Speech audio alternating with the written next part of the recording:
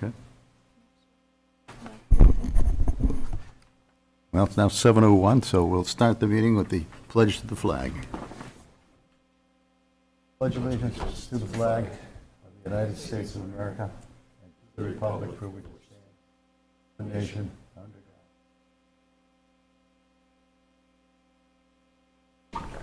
God. Some announcements to make before we start. The emergency exits are to the left and right, and it says right on there, emergency exit, so, but you might not see it through the smoke. The restrooms are right outside the entrance door and to the left. Be sure to sign the attendance sheet, which is on the table there by the door, even if you're a developer or are presenting an application. There are business cards at the back table next to the sign-in sheet to take with you the email address and phone number for the planning department. Also in the back table is a copy of the resolutions that will be read tonight, along with the agenda. Please turn off your cell phone or put them on silent. If you have to take a call, please take it out in the hall, and that goes for conversations as well. If you need to speak to somebody, please take it out in the hall. We have meeting minutes from April 12th. Everybody had a chance to review those? They okay? Anybody got any problem with them? In that case, I'll entertain a motion to approve. Joe moves. I'll move. Scott seconds. I'll second. Nobody else here. Where are they? They did not say. All right. All in favor? Aye.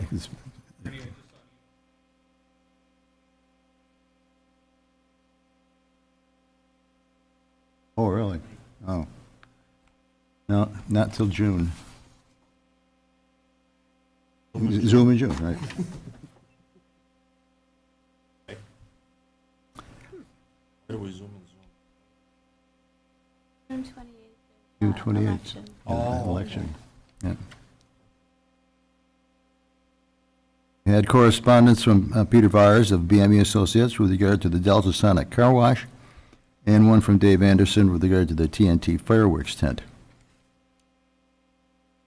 Board's committee's updates. I see two representatives from the town board, but since this is your month, Next meeting, right? yeah. Ed's here to spot up, and I wanted to give you a little bit of information. I'm sure you probably know already. Public hearing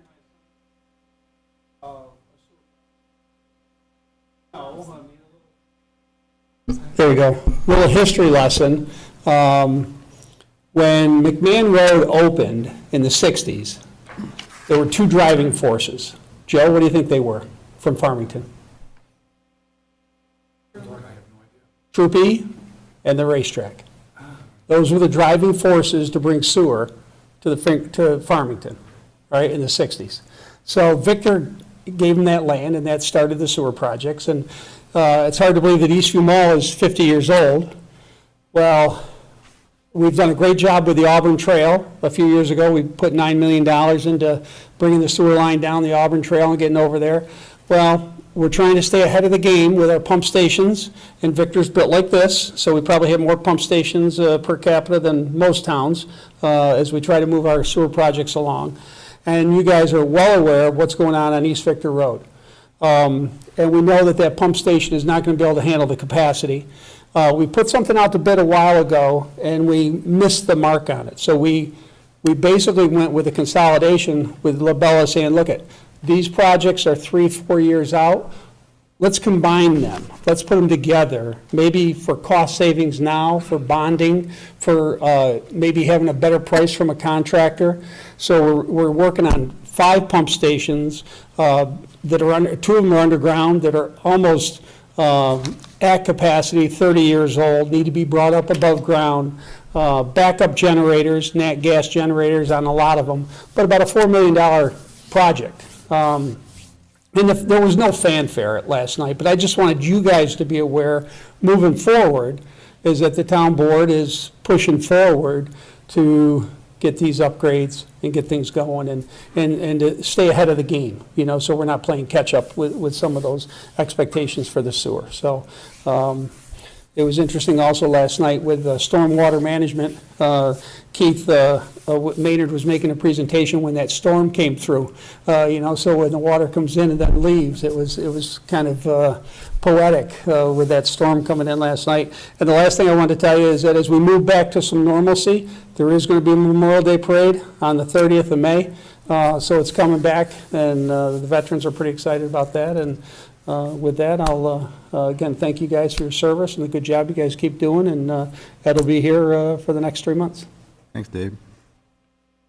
Jim? So you had two applications come off of your agenda tonight, which was the Delta Sonic and then the Dish Wireless at Baker Road. So those will transfer to your meeting. Your next meeting will be May 10th. We have several public hearings, new public hearings. The first one will be for the Haskell Shed at 7940 Oak Brook Circle. The applicant is requesting approval to construct a metallic 8x10 shed. The shed is actually pre-existing. It is in the LDD district, and that's why it's coming before you. The second public hearing will be for Tostufka Addition Modification at 1135 Willis Hill Road. Applicant is requesting approval to modify an approved addition by reducing the height and depth of the structure. The third public hearing will be for Auction Direct for pavement expansion at 6520 State Route 96. The applicant is requesting approval to extend the front lot pavement by 18 feet and 200 feet long to display inventory. And then we'll have a final subdivision application for the Valentine Meadows project at 7241 Valentine Road. This is a final subdivision. You've seen this 2 other times for sketch plan and for preliminary. The applicant is requesting approval for a clustered subdivision of 28.6 acres into 8 individual lots. And then, like I said, the Delta Sonic and the Dish Wireless will be carried over, and then anything from tonight. Any questions? Thank you. Yeah. Thank you, Kim. Let's-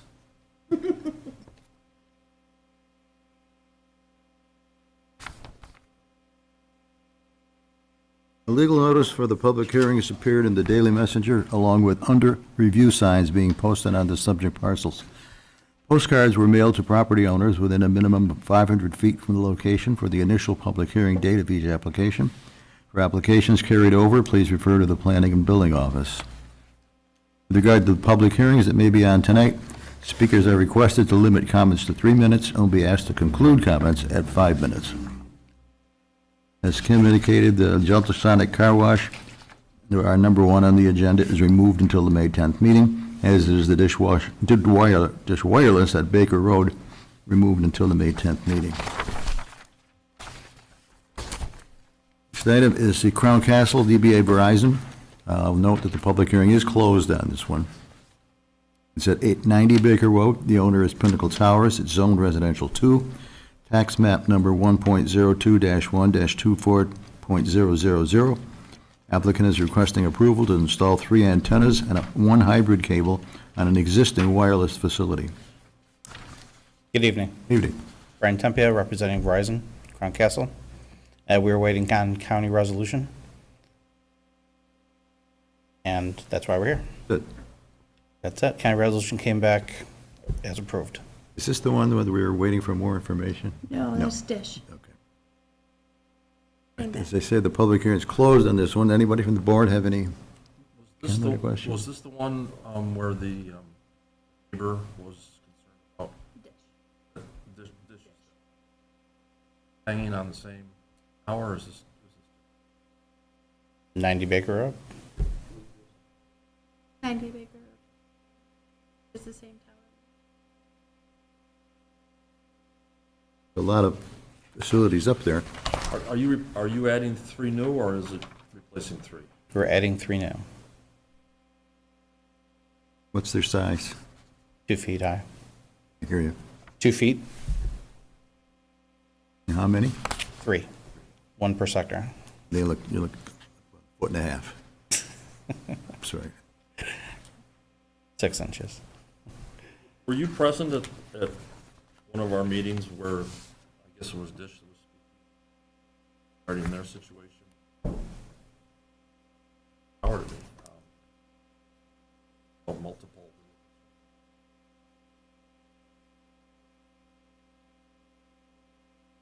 I was not there. No. No. Wes, am I mixing up my cell towers or are we? Well, there are two applications for 90 Baker Road. This is one of them. I was going to try to look up in the Dropbox link to identify whether there are any concerns expressed with this particular project, this application, versus the what was the other one here? The Dish Wireless. It's not clear in my mind what the comment that came forward was regarding and the high usage of that cell tower and the ask that applicant to come back with more information. Correct.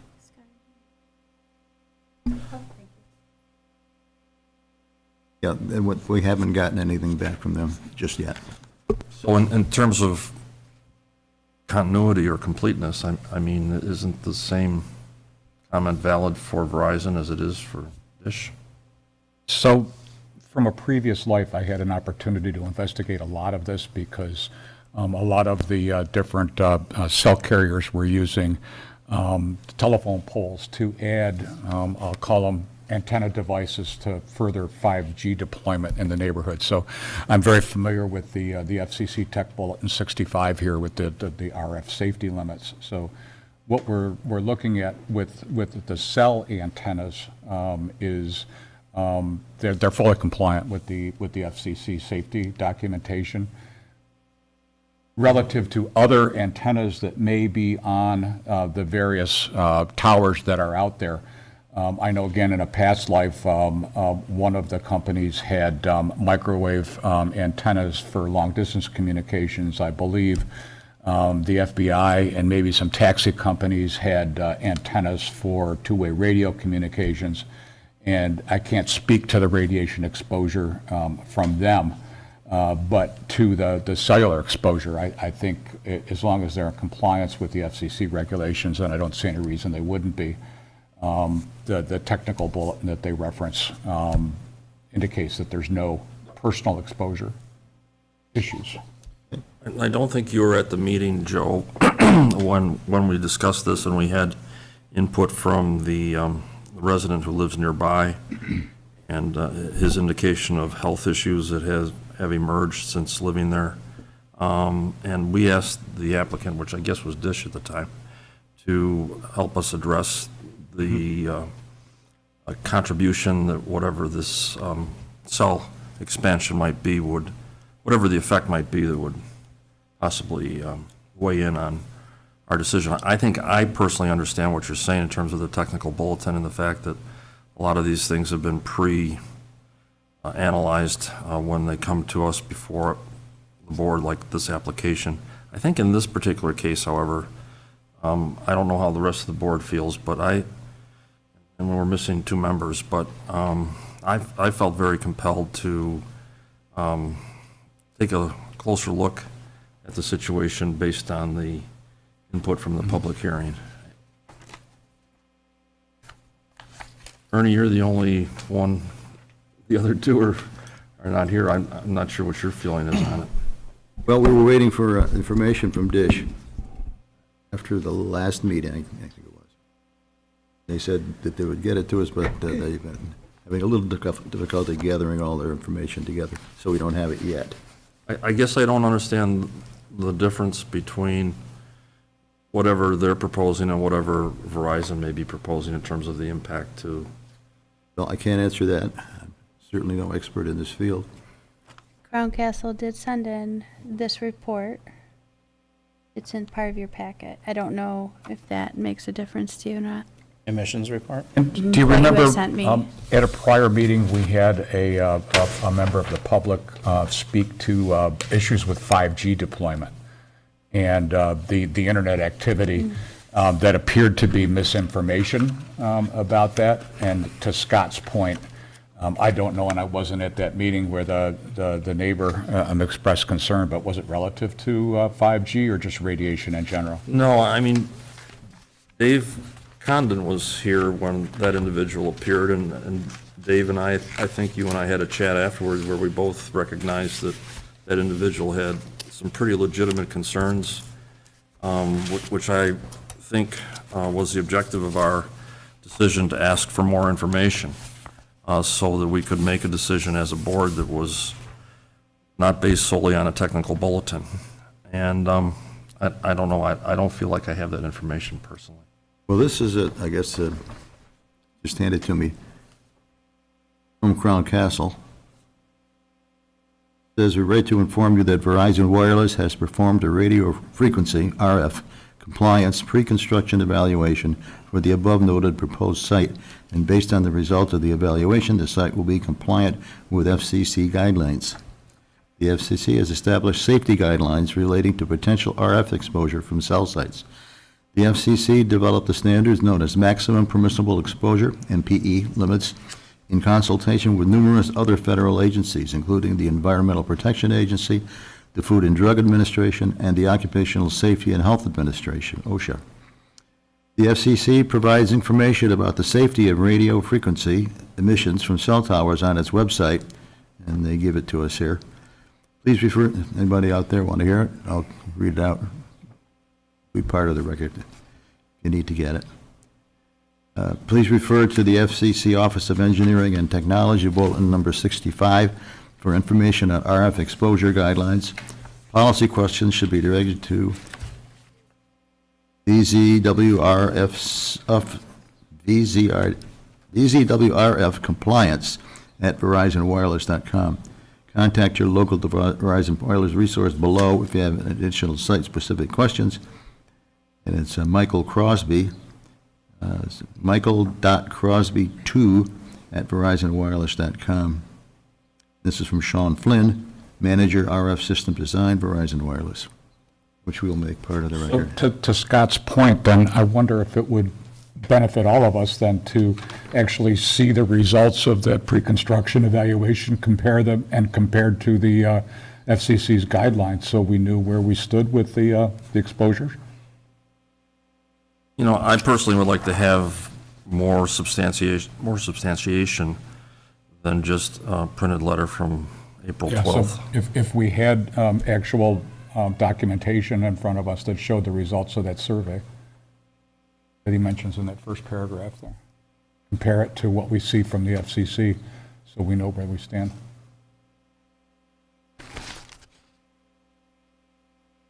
May I ask you something? Are you looking for additional information other than all those organizations that Mr. Santoro just mentioned? I'm sorry? Are you looking for, what kind of information could you possibly be looking for if Verizon is within the FCC guidelines, which have been set forth by all the organizations in that letter? I don't know what other, because I guess the question that we were asking from the other application that kind of carries over onto you, when we received the information from the resident during the public hearing, relates to that tower with all the devices that are hanging on it, which I guess goes beyond just cells. I guess maybe there's a radio station there, maybe other items as well. And as I recall, the comment that came out was, what is the cumulative effect of all these items that are hanging on that tower, broadcasting, whether it's cell service or radio service or whatever it may be. I guess some sort of, speaking for myself, I think what I would like to see is some sort of expert saying that in spite of all these electronics that are hanging on this tower and emitting radiation, the 3 that you're asking for or the 3 that Dish is asking for have no significant impact. I guess that's what I would be looking but for. you need to see somebody here in person to talk to you about it. I would like to see something specific to that tower. I think we're looking at, So all the antennas that are up and down the entire tower, because Verizon can't speak for anybody else that's on that tower. So it would have to go to Pinnacle Towers, the owner of the tower, to give us an aggregate exposure. That you would have to have it on, and Dish will be back May 10th, our next meeting.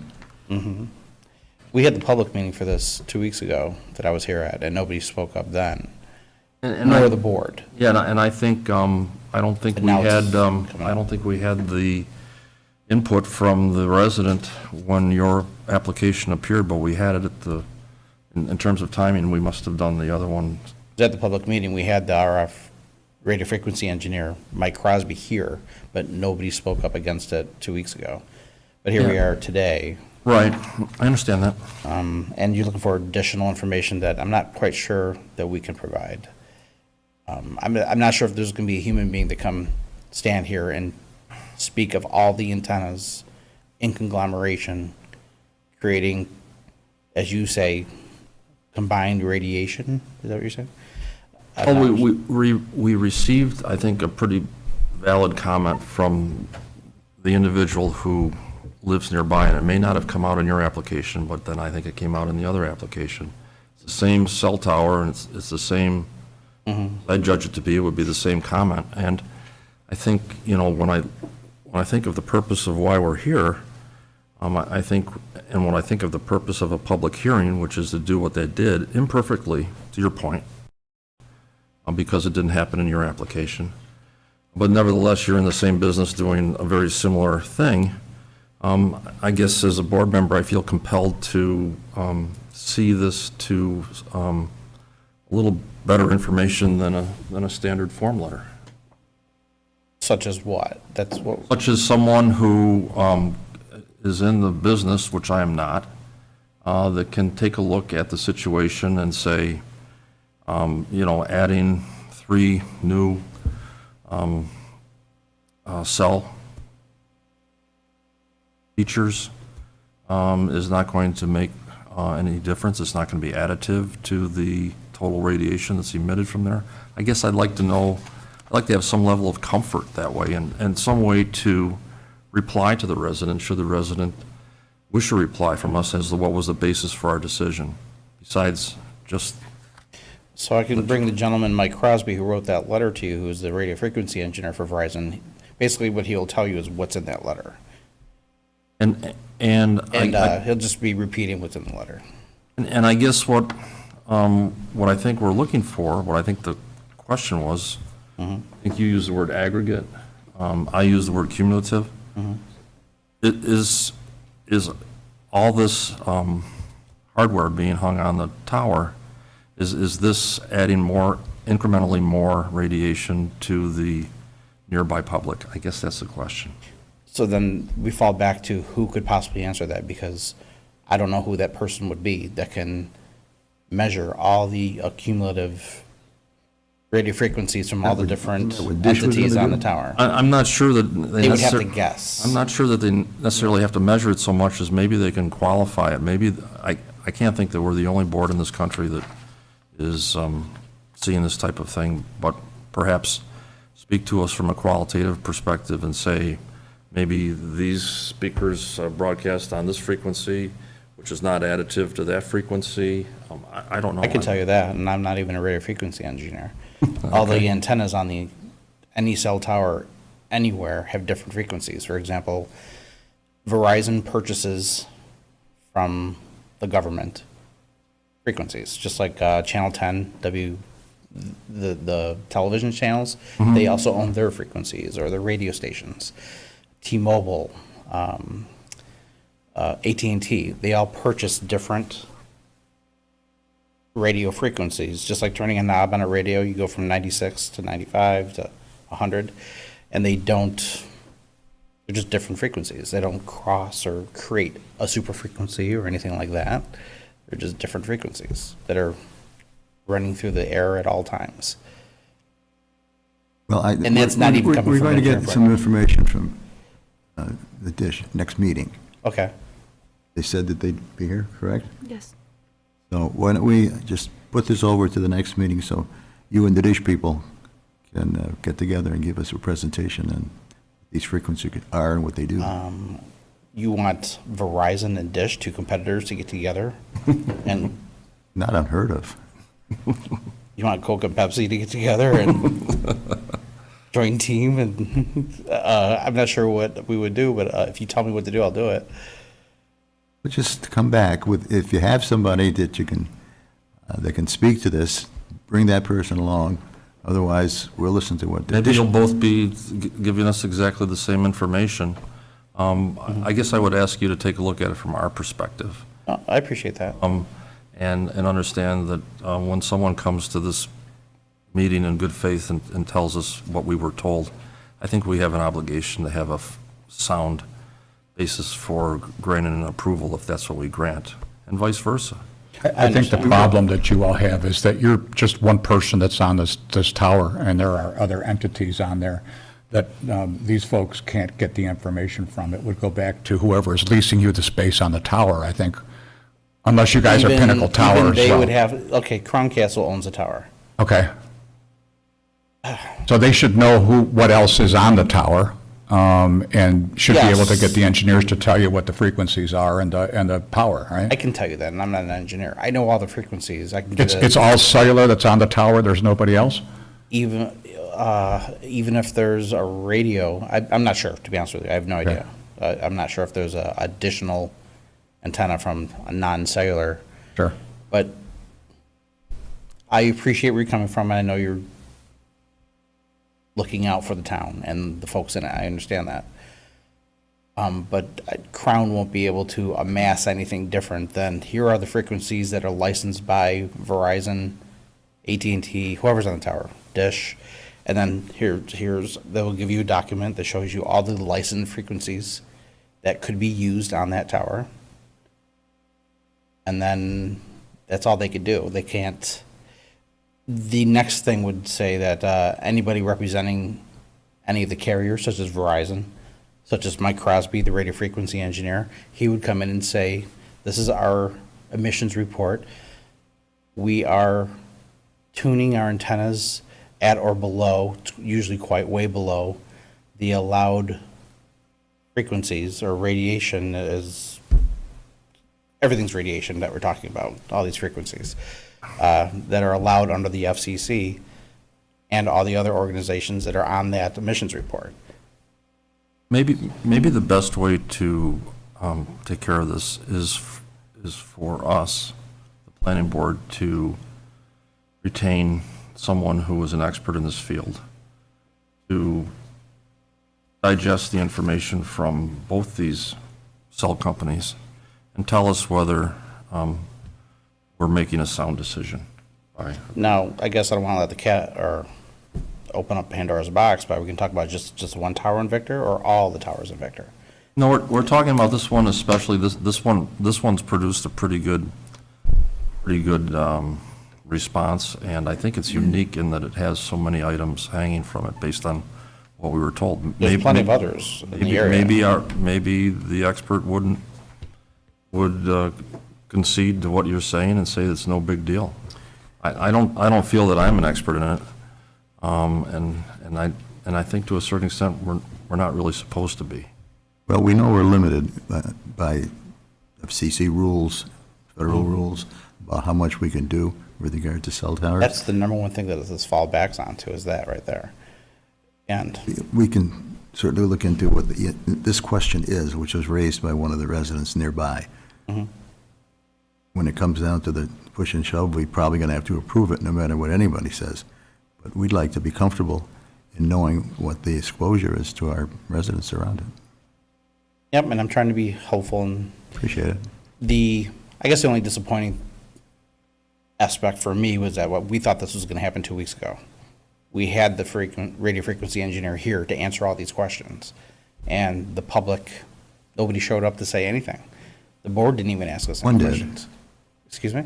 One person did. I think No, nobody was here. I was here Yeah, I think we're mixing 2 weeks ago. up our. Dish wasn't here. They postponed till today, and then they postponed till Right.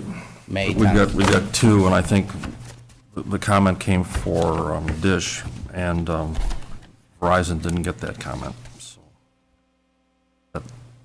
he's correct, I believe, in that you didn't field the same query from the public. Yeah, I heard that there was one gentleman that was upset or was voicing against this. It seems to me to be two similar projects hanging from the same tower.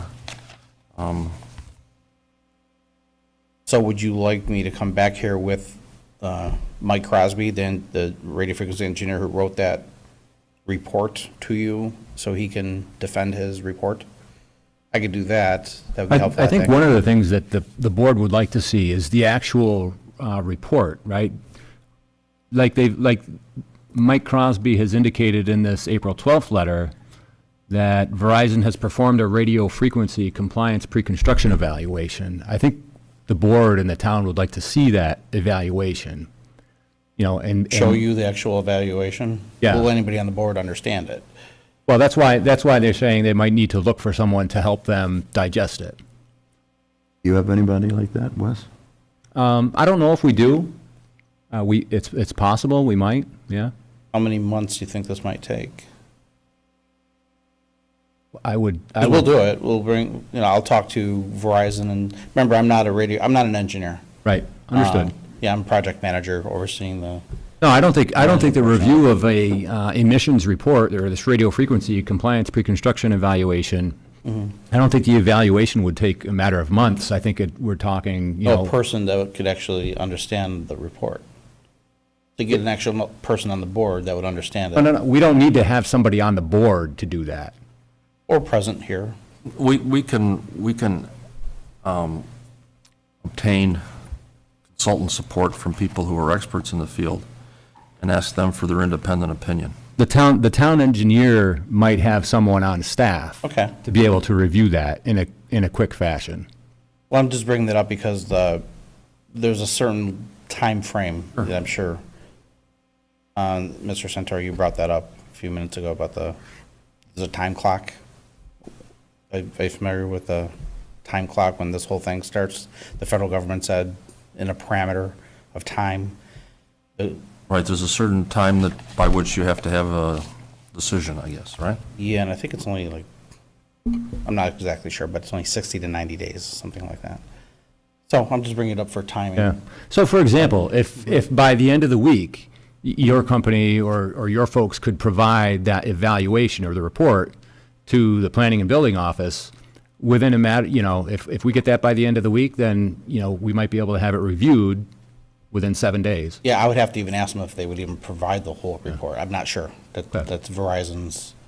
In addition to the technical, I think it was really the public health issue that emerged, at least that's what I retained from the input. And so if you have someone... Are you speaking of that one gentleman that was opposed to the dish? Yeah. If you have someone who can address the public health issue with respect to what you're doing and with respect to what's there, I think that's moreover what I'm considering. I understand that we can talk about frequencies and this, that, and the other Okay. thing till the cows come You home. could bring Mike Crosby back. He's a radio frequency engineer. He's very well versed in this, and he can Okay. speak of this. But I think the compelling issue was public health. In other words, is this thing with the addition of 3 or 6, plus the other company, right? Say 6 total. Is that creating this? Is it creating an unhealthy environment? I guess that's moreover the question.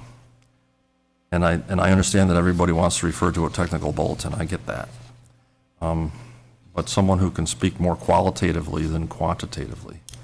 That's the main thing I was talking about 10 minutes ago. Who's that person that's going to come up here and know all the quantitative? Because I can assure you that all these companies are going to say that we're within the FCC guidelines. Every single one of them. Every single antenna, everything. They're all going to say the same thing. They have to be by law. And so we need somebody, I don't know who that would be, to evaluate all the different companies that are on that tower. Because we don't have the information of Dish or whoever else is on the tower. We only have our own information. That's the hard part. Well, then maybe the best approach is for you to submit the information that you'd like to submit and to have us Yeah, sure, whatever you'd like. get some consultant support. And I think You're not Sean Flynn, though, right? Sean Flynn is Mike's boss. So I don't know if Sean Flynn would need to come, but Mike is on very the well side. versed. Better. He's been doing this for many, many years. The manager of RF system design. I think he didn't know a little bit about it. Who, Sean Flynn? Yeah. Yeah, it's Mike's boss over at Verizon. So there's He a guy. he would know, he and Mike would know the same thing about Verizon's antennas and how they work and the frequencies and falling within the FCC guidelines. Well, maybe you can bring him. Yeah, Mike Crosby? Wes, would you have someone maybe who? Well, they would know the could same look at exact this? information. You have There's no- electrical engineers over there? Yeah, absolutely. Yeah, we can find someone at Labella, and if we don't have somebody, we can recommend somebody to the town. I think we'd like to have you route your information to Wes's company and then whether it's, as we've done in the past, rely on them as our technical expert to advise us as to how we should move on this. On whether or not You have a card the available? antennas working within the frequencies that are considered safety margins of the FCC are harmful or not? I think that's basically what we're looking for, is whether we have I think the issue that came forward was public health. No, I understand. And Verizon is completely, well, it doesn't even matter. You'd like to see something else other than me just telling you. I think this speaks to what you're putting out. Once again, I think the two key words are cumulative and aggregate.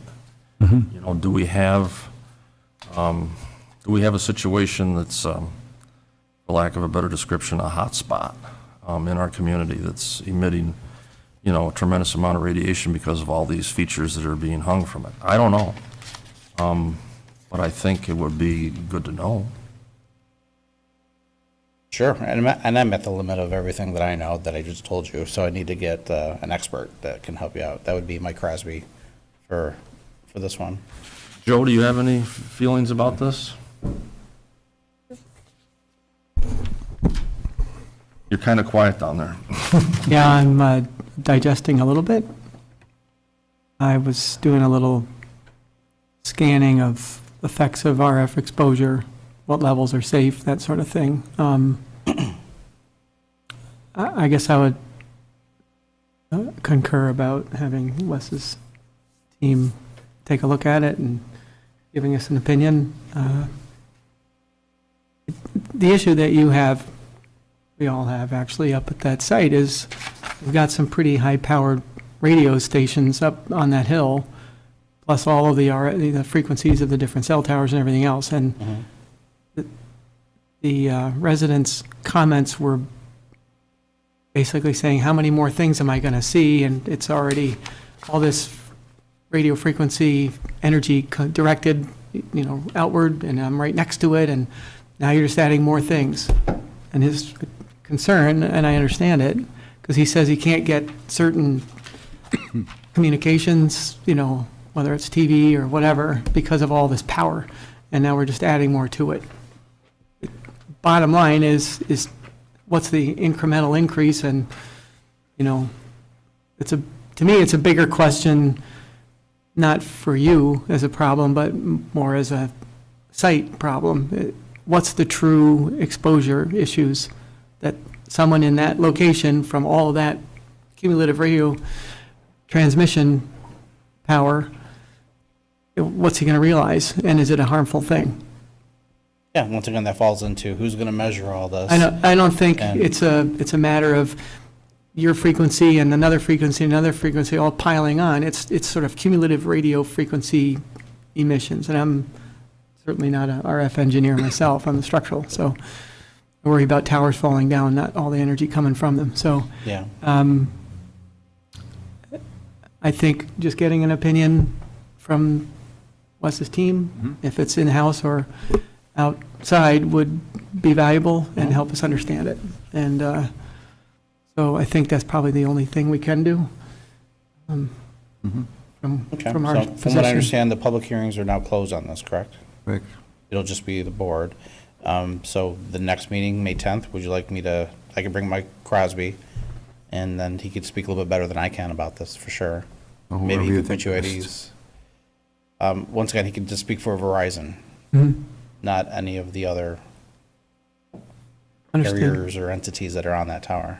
If Crown Castle owns the tower, Mhm. I would think they would want to address it directly, saying, we have all these things on our tower. It's not just ours, it's Verizon's and, I could already Alright. speak for them, just Right. guessing. They would say any antenna that's on our tower falls within the FCC guidelines for safety. okay. And the cumulative effects And the of everything in the cumulative area effects- is the only problem that, There is no cumulative effect of different frequencies.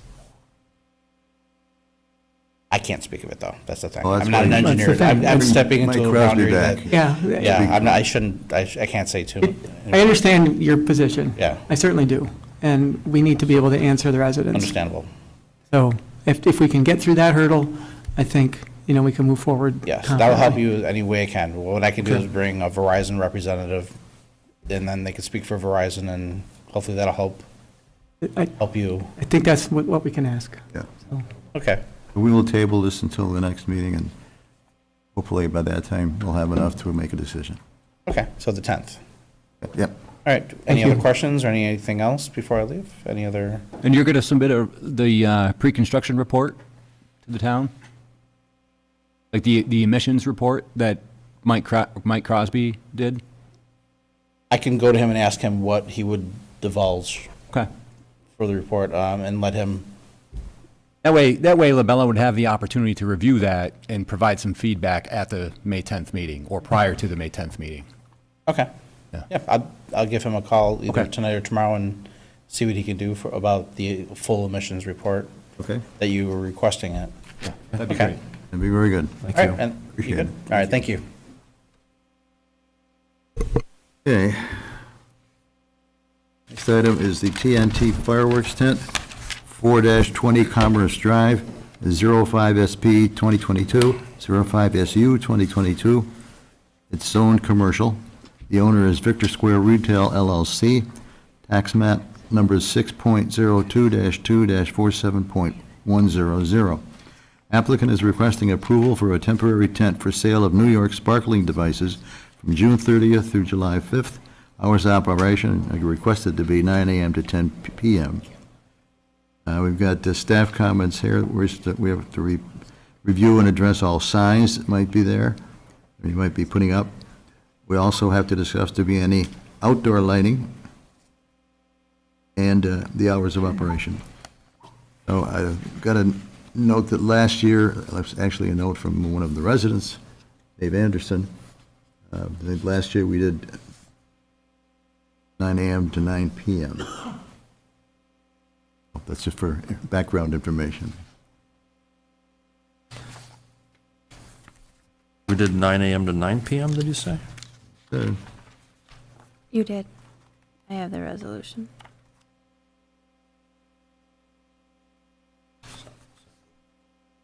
I think it may have been oversight when they were writing it because we intended to do 9 PM. So we're absolutely understandable if that's where Yeah, you would that's like us to do. What it was last year. I don't know if it was you personally, because I don't remember, but I did appear over Zoom last year, yes. whoever appeared, if it's you, Yeah, and yes, we're fine with 9 p.m. absolutely. And then the resolution does say it, yeah, Lisa included the last two resolutions from the last 2 years for it, and it says 9 AM, 9 PM on it, so. Yeah, that's when the group prefers because it starts to get dark about that time and they can get everything closed up and put away before it's dark out. And your location is the same location as last time on? It is, yes. 96 by the, where Goodwill used to be? Yes. Yeah, I think the concern was the close proximity to the neighborhood and not wanting it to go much longer than 9 o'clock. Understand, absolutely. What was your name again? I'm sorry. Amanda Gump, Okay, thank you. thank you. Okay, Joe, anything? You know, I'm looking at the letter from David Anderson where he indicates not only the issue with the lights, but also the debris on the emergency exit and the litter around the site. Is that something that we need to get to the property management folks to take care I've of? already taken care of it. I figured probably did, but, Yeah, and Benderson has been notified. I had code enforcement up there today also. Great. Okay. Great, thank you. Kim, as long as we had you up there. Yes. Benderson also is planning on doing an exit construction project in that area. Have they pulled any permits or No. done anything? And do we know No, what they their haven't. schedule might be? I asked the question also of them. I asked them to provide the answer, so I had it for tonight, but I did not receive anything back. The only thing I received back was from Matt Oates, and he said he would be sending his property manager up there to check out the issues that were brought up by the Okay. resident. Because we're 2 months out, and I think, construction could Right. presumably happen then if pull Yep, permits in the I next few asked him weeks to even. provide that information. I didn't hear back from him. I knew Okay. you would ask the question tonight. Okay. I'm good. Anything else? Only if they're going to go ahead with this, which I don't see a problem doing, that if Benderson decides to pull their permits, tell them they're going to have to wait till after these folks are done on the site. Agreed. Thank you. That's all I got, Ernie. Okay, Scott? And everything else. Anybody from the public wish to speak on this? Hearing nothing, entertain a motion to close the public hearing. Move. Second. All in favor? Aye. Aye. Public hearing is closed. We have a resolution here for TNT fireworks tent. Today's date, April 26, 2022. I already read the location and application numbers. Whereas the planning board made the following findings of fact, and there are 9, except I'm going to read number 2. It is the intent of the applicant to put up a 30-foot by 40-foot temporary tent and a temporary container for sale of New York sparkling devices from June 20th through July 5th. Should be 2022. Hours of operation will be from 9 a.m. to 9 p.m. The rest is pretty much boilerplate. Whereas the Town of Victor Planning Board reviewed the unlisted action on April 26, 2022, and identified no significant impacts, now therefore be it resolved that the project, TNT fireworks tent, will not have a significant impact on the environment, and that a negative declaration be prepared. And be it further resolved that the application of American Promotional Events received by the Planning Board March 29, 2022, Planning Board site plan application number 05SP 2022, and special use application 05 SU 2022 be approved with the following conditions. Number 1, that the comments from Code Enforcement Officer dated April 14th, 2022 be addressed. 2, that a peddler/solicitor's license be obtained from the town clerk prior to erecting tent and sales. 3, that if the peddler/solicitor's license is suspended, the tent will be removed at the owner's expense within 10 days. Number 4, that hours of operation from June 20 to July 5th to be 9 a.m. to 9 p.m. Number 5, that the site plan approval will be rescinded within 10 days of the filing of a formal complaint to the Code Enforcement Officer if said complaint is not resolved within that 10-day period. 6, that in the event lighting is desired, it will need to be code compliant and possibly be required to be reviewed by the planning board. Is it going to be any different than last time? It will not. Number 7, that any temporary signage will be removed from the site entrance during non-business hours and shall not be placed within the State Route 96 right-of-way per town code. And 8, there be a limit on, we have a blank here, on the number of signs on the tent and shall be compliant with town code. And further resolve that the planning board secretary distribute the planning board's approval letter. What did we do with signs last time? 2. Limited it to 2 signs. The last time, there's 2, we'll limit it to 2 this time as well. And that's the resolution. Have a motion? So moved. Joe, Joe's here tonight. I'll second. Joe Logan moves, that's Scott, seconds, all in favor? Aye. Aye. Aye. Thank you so much for your time. You're welcome.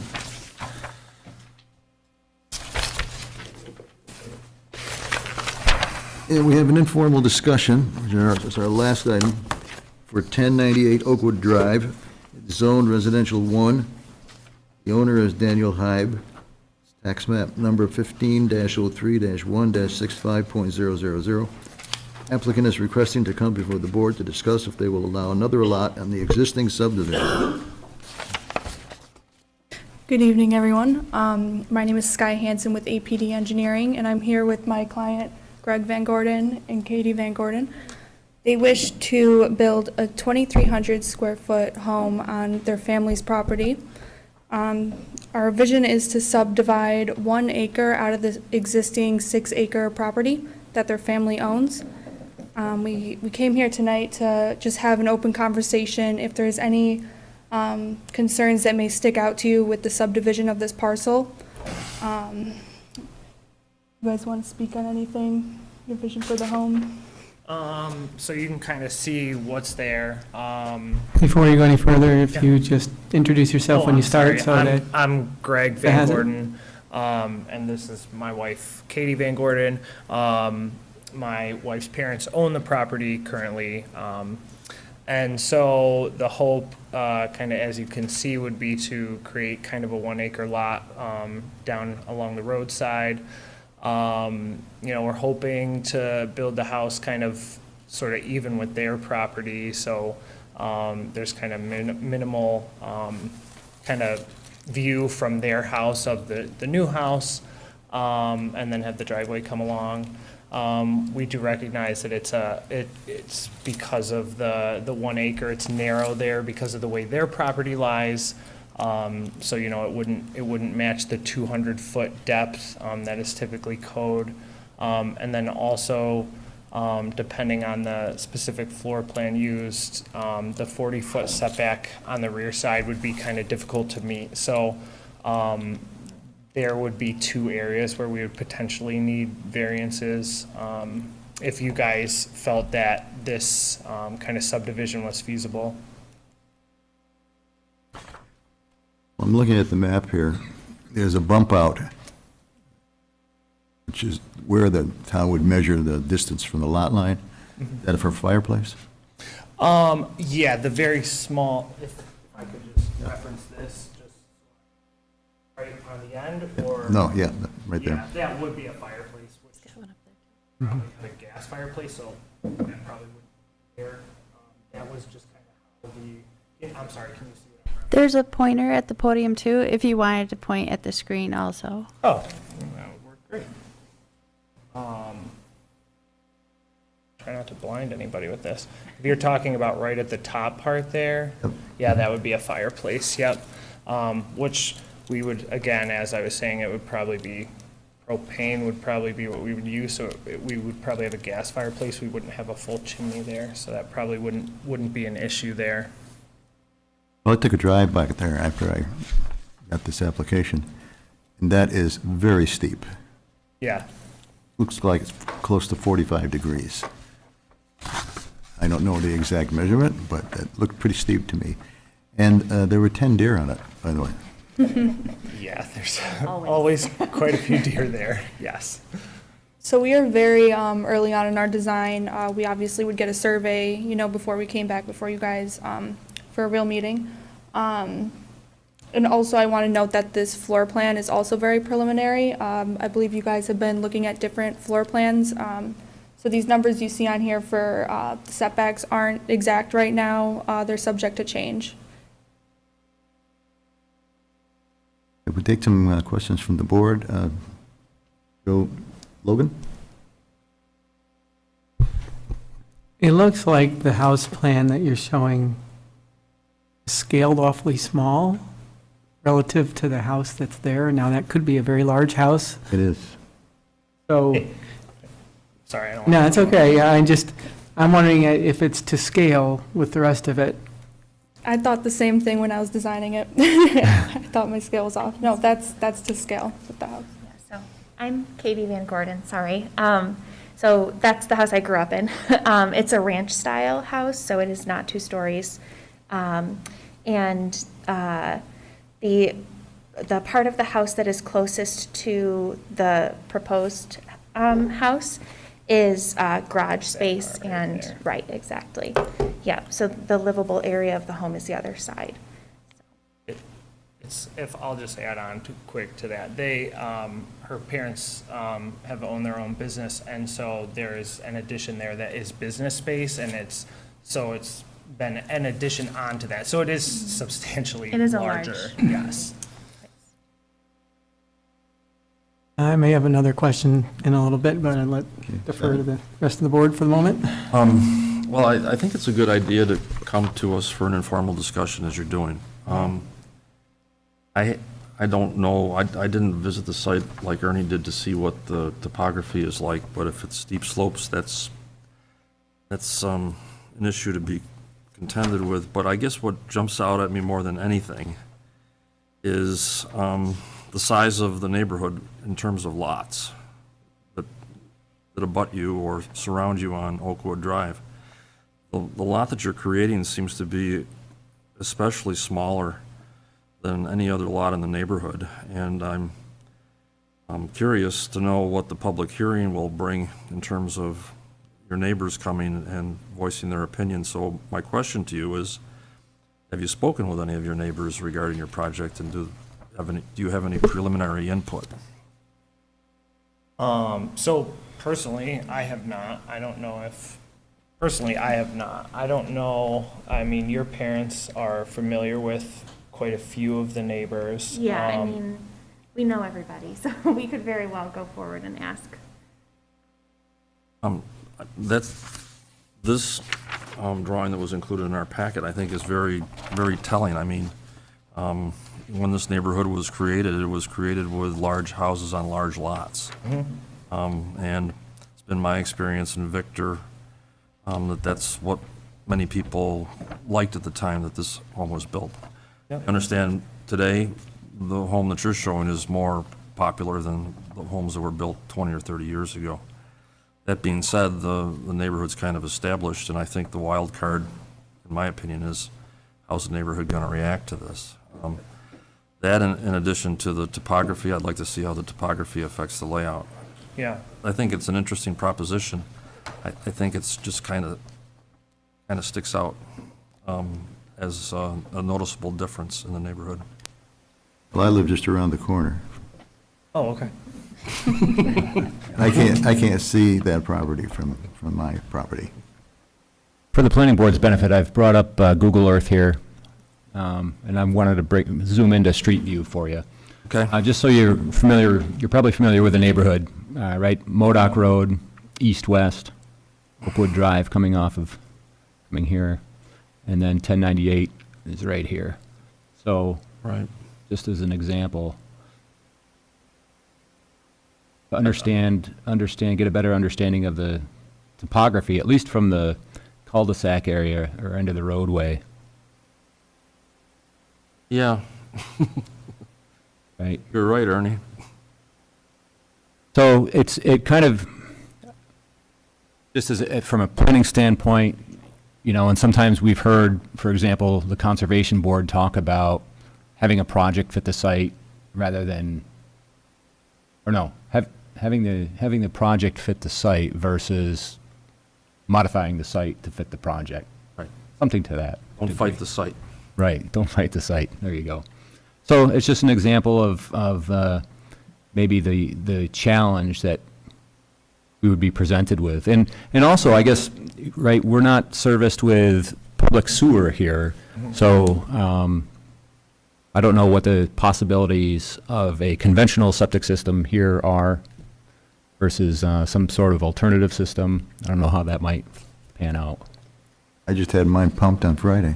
In case you were interested. Thanks for sharing that, Ernie. The only information I have on that is that every home on the street is on septic, and as far as I know, in the pretty wide, right along this whole area, there's a lot of septic systems. There's never been any issues with drainage, but Well, it hasn't been tested yet.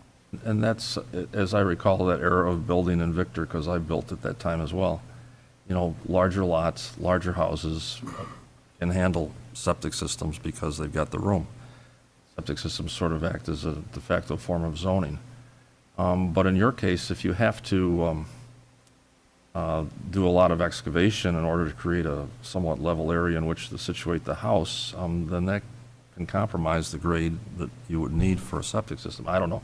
I haven't seen the design on this, and you're not at the point of doing a design, but Yeah. just FYI, that's Yeah. all. Yep. Yeah, we are very aware of the design challenges. We'll have more information, once we get a survey, know what's exactly out there, and see how we can handle that. I think you're wise to check in with us early, as you're doing. Yeah. So, so you believe that the only issue with the subdivision of this parcel would be from the public? I think I personally think topography. I agree. I think just even a straw poll among your neighbors to see what their thoughts are on this might be wise. And relative to the slope, are you considering like a walkout basement kind of a thing to take advantage of the slope? Go ahead. No, go ahead. Well, so we kind of pictured the front of the house facing a road, and so that it doesn't make it necessarily ideal. I mean, I guess we could try and have like a walkout basement on one side or the other. We did figure at some point we would try and have like an accessible basement. I didn't know if it would necessarily be a walkout. It would kind of depend on how everything would work, kind of situating the house. Yeah. Is this It's just for kind of the opposite side. for you and your family? Yeah, so us, yep, and future family, eventually. So her parents would stay in the, Yes, yep, yeah, that would be the goal. Yes, my grandfather built that house, and, sorry. So my grandfather built that house, my mom grew up in it, and then she purchased it from her parents. So it's been in the family a really long time, the whole property has. and Tevils on it at one time? That's correct, that's my mother's maiden name. So, yeah.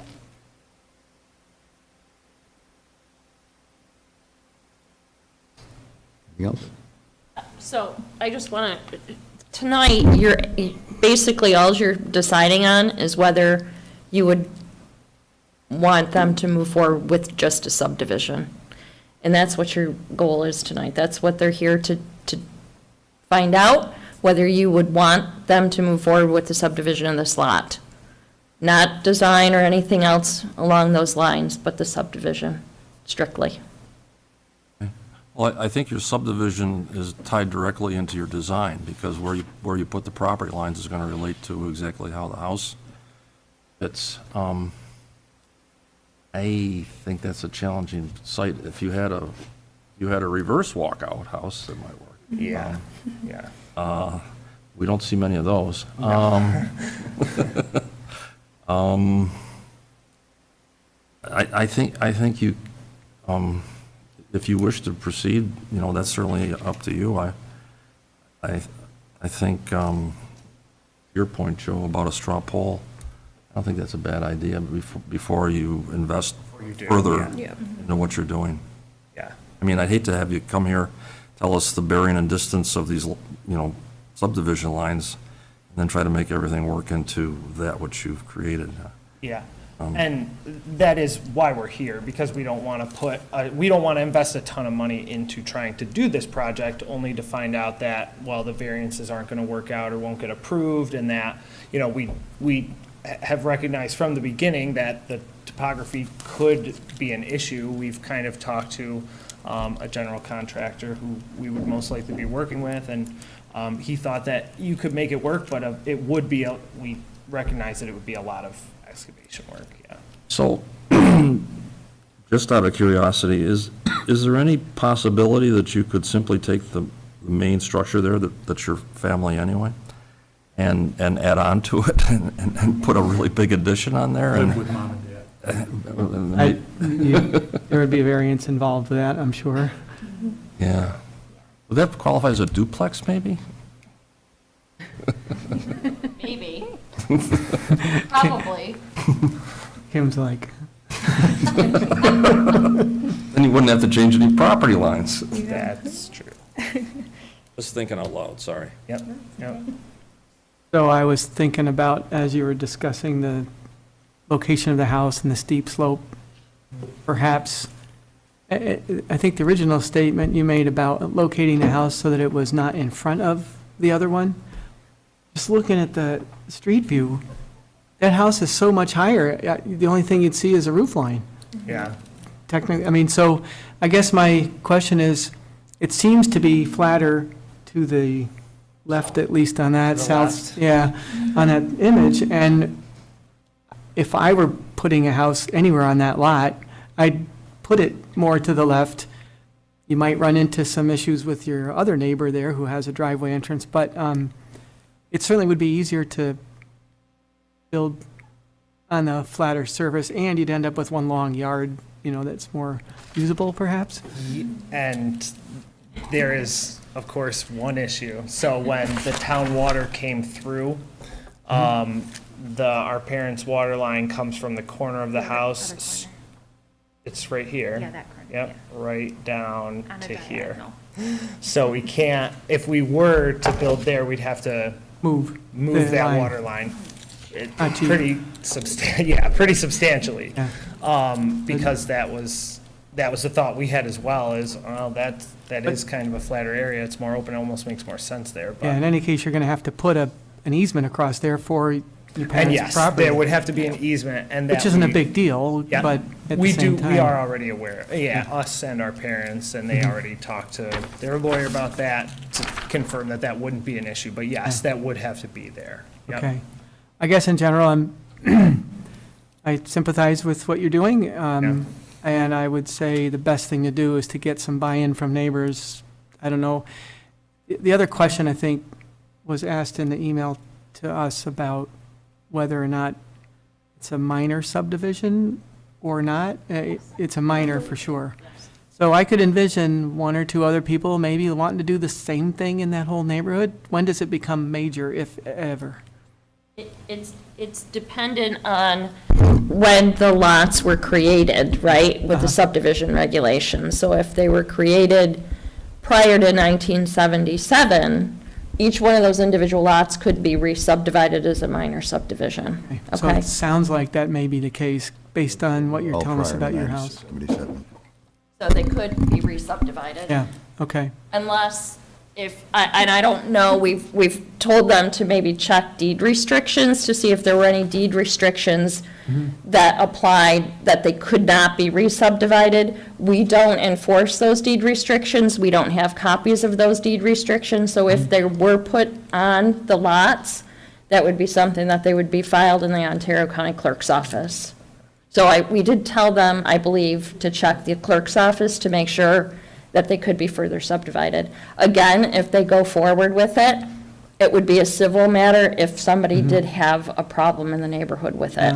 Yeah, that would itself be a showstopper in my mind, but, from your perspective, Yeah, so trying to if fight someone that. said absolutely not, it would pretty much be a no-go. Yeah, Yep, and we spoke with someone at the deeds office this morning, someone from my office did, and they said there was no issues, and if there were issues, to talk to the town. And we said, well, the town told us to come to you guys. So it doesn't seem like that'll be an issue. I would think it would be part of the deed of your folks' place, so. Yeah, it should be. Quick question on the existing home. Where is the leach field for the septic system? Can you point question. to it with the laser? I could be wrong, but I believe it's right In the there. back. Yep, I but think it's farther, yeah. Oh, yeah. farther out? I think, Okay. somewhere in there. A good thing to verify. Yes, It probably wouldn't be on that steep slope, no. yeah.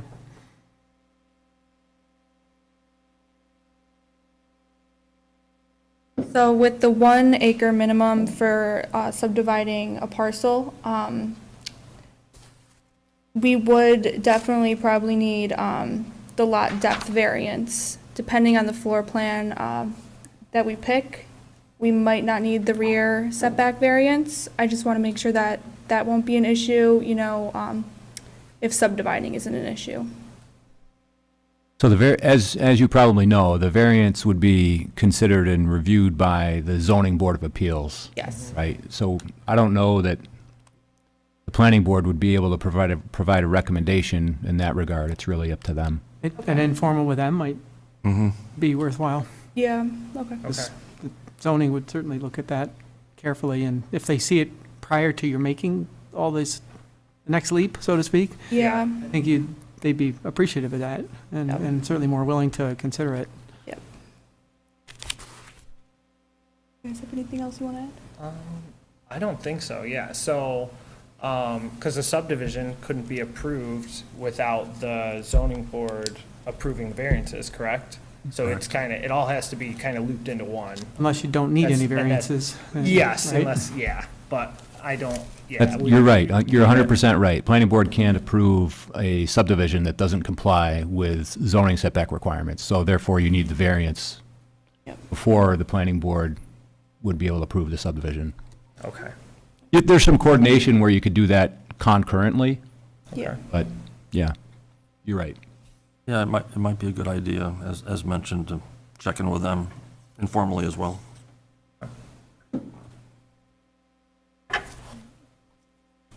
I think that That's is all, everything, yeah. yeah. Thank you, guys. Okay. you. Thank You're you, welcome. thank you for your Thank you. feedback. Of course, we'll be in touch if we have more.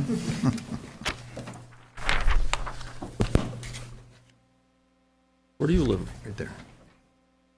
You live right there? Yeah. Where the septic trickles. Right on Modoc. I didn't know that. Well, you can't see it. Yeah, it is too big. That was our last one. Motion to adjourn, Ernie? No, we don't have any more items on the agenda, so we'd entertain a motion to adjourn. I just did, and Joe second. Wait a minute. We're way ahead of you, Ernie. All in favor? Like Dave wants to say